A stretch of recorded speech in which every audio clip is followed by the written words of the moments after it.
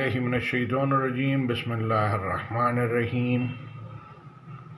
Past present future generation کے ساتھ میں اور 2 ارب مسلمانوں کی، پوری دنیا کی 2 ارب مسلمانوں کی 2 ارب شریعتوں کے ساتھ میں، تو یہ باقی بھی جتنے بھی مذاہب ہیں، عیسائی، یہودی اور یہ کرسچن، یہ ان کی بھی یعنی کہ قرآن میں اللہ نے ان کو بھی ایڈ کیا ہے، تو ہم ان کو وہ یہودی عیسائی کرتے ہیں، جبکہ وہ بھی تورات انجیل میں ان کا ذکر ہے اور قرآن میں بھی ذکر ہے، تو وہ بھی اللہ کی مخلوق ہیں، مسلمانوں سے الگ نہیں ہیں۔ ہاں، ان کے لیے شریعت کی کتاب جو اتاری وہ اس پہ ان کو چلنا ہے، ہم کو ہماری شریعت کی کتاب پہ چلنا ہے۔ اور یہ فائنل قرآن میں اللہ نے فرما دیا کہ دین اسلام کے علاوہ آپ دیکھتے ہوں گے نئے لوگ مسلمان، نئے کرسچن لوگ اور عیسائی لوگ مسلمان ہو رہے ہیں، وہ اسی طرح سے ان کو سب کو اللہ کے دین میں اس قرآن پہ آنا پڑے گا، سب کو، پوری دنیا کے لوگوں کو۔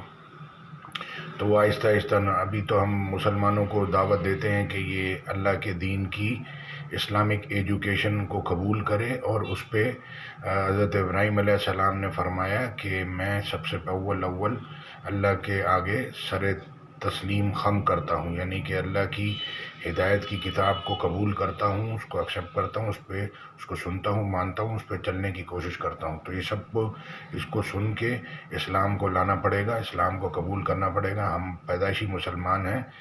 تو اب یہ قرآن میں اللہ کہہ رہا ہے تم تو انہی کو ہماری بات سنا سکتے ہو جو تم ہماری آیتوں پہ ایمان لاتے ہیں، یعنی کہ آپ کسی کی بات کو سمجھنے کے لیے تھوڑا سا ہوم ورک آپ کے پاس بھی ہونا چاہیے، آپ کو بھی کچھ پڑھنا لکھنا آنا چاہیے۔ اب آپ کو خود پتہ نہیں ہے اور آپ دوسرے کی سنتے نہیں ہیں اللہ کی، تو پھر ایمان اسی لیے اللہ پہ لانا ہے۔ تو آیت سنتے ہیں وہ کیا بتا رہی ہے، سورہ نمل کی 80 سے 81، غور سے سنیں اور اس پہ ذرا غور فکر کریں، پھر دیکھیں یہ کاروبار جو پاکستان کے اسٹیل مل بک گئی ہے، پی آئی اے بھی بک رہی ہے، یہ جب تک پوری یعنی کہ قرآن کو سامنے رکھ کے پہلے علم لے لیں گے تو پھر عمل کی توفیق اللہ دے گا۔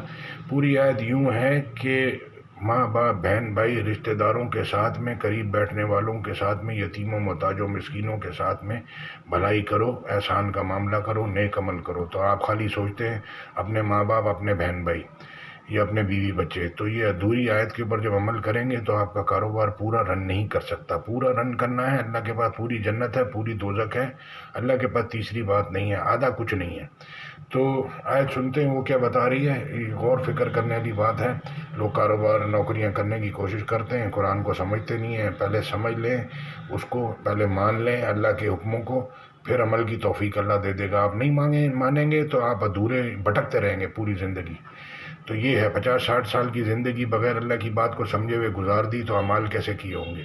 اپنے آپ کو بیلنس کریں، پوری دنیا کو سامنے رکھ کے، پورا قرآن کو سامنے رکھ کے، دنیا آخرت سامنے رکھ کے۔ آیت سنتے ہیں، إنك لا تسمع الموتى ولا تسمع الصم الدعاء إذا ولوا مدبرين وما أنت بهاد العمي عن ضلالتهم إن تسمع إلا من يؤمن بآياتنا فهم مسلمون وإذا وقع القول عليهم أخرجنا لهم دابة من الأرض تكلمهم أن الناس كانوا بآياتنا لا يوقنون۔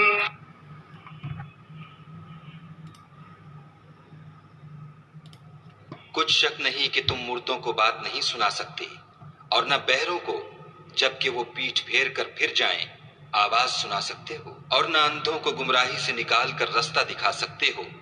تم تو انہی کو سنا سکتے ہو جو ہماری آیتوں پر ایمان لاتے ہیں اور وہ فرمانبردار ہو جاتے ہیں، اور جب ان کے بارے میں عذاب کا وعدہ پورا ہوگا تو ہم ان کے لیے زمین میں سے ایک جانور نکالیں گے جو ان سے بیان کر دے گا، اس لیے کہ لوگ ہماری آیتوں پر ایمان نہیں لاتے تھے۔